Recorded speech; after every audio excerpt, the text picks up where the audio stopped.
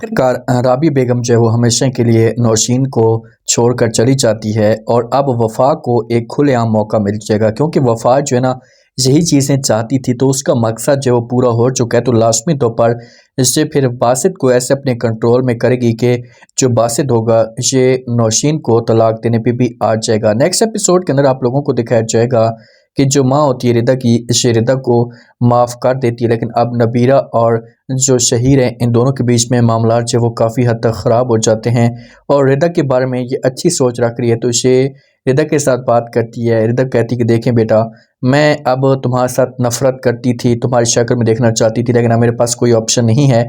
मैं तुम्हें माफ़ करने के लिए तैयार हूँ, लेकिन इंसान जो है ना कुदरत के फ़ैसलों को कभी भी तब्दील नहीं कर सकता।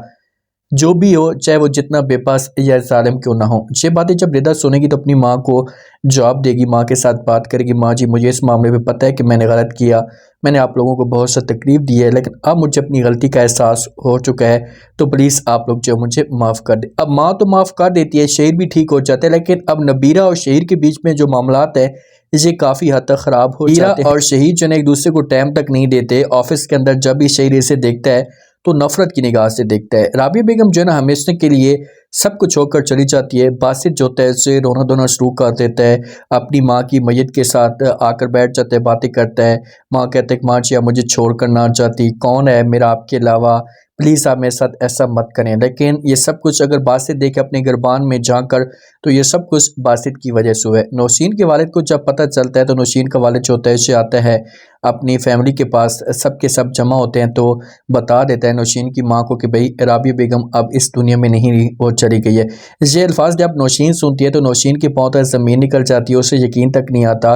वो शोर में चाहती है कि मेरी माँ मुझे छोड़कर नहीं जा सकती, क्योंकि राबिया इसके साथ बहुत क्लोज हो चुकी थी और दोनों एक दूसरे को समझना भी शुरू हो चुके थे और किसी किस्म की कोई भी मुसीबत होती थी, परेशानी होती थी, तो इसे दोनों एक दूसरे के साथ शेयर कर देते थे।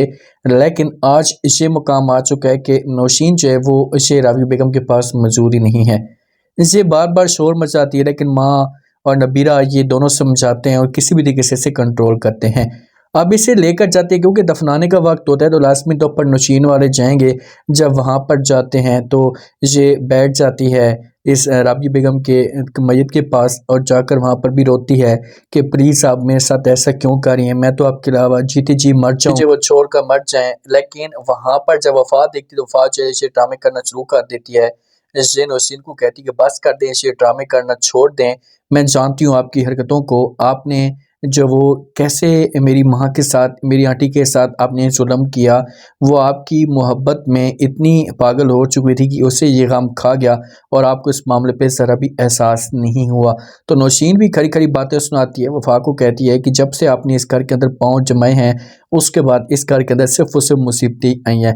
तो बासित जब ये माहौल देखते हैं तो बासित तो नौशीन को गलत समझता है और ये फिर नौशीन को कहते हैं कि बस कर दें नौशीन, आप ये अपनी बकवास अपने पास रखें और चली जाएं यहाँ से, मेरी माँ को तो आप खा गई हैं, अब आप और क्या चाहती हैं, जिससे क्यों मेरे घर को बर्बाद करना चाहती। तो नौशीन वाले जो भी ये मायूस होकर यहाँ से जाएंगे। वफ़ा की माँ वफ़ा के पास आती है, आकर बात करती है, बहुत ज़्यादा खुश भी होती है। वफ़ा को कहती है कि अब तुम अपने मकसद में कामयाब हो चुके हो, यही आपके पास अच्छा ऑप्शन है मज़ीद आगे बढ़ने का और बासित को अपने कब्ज़े और कंट्रोल में करने का।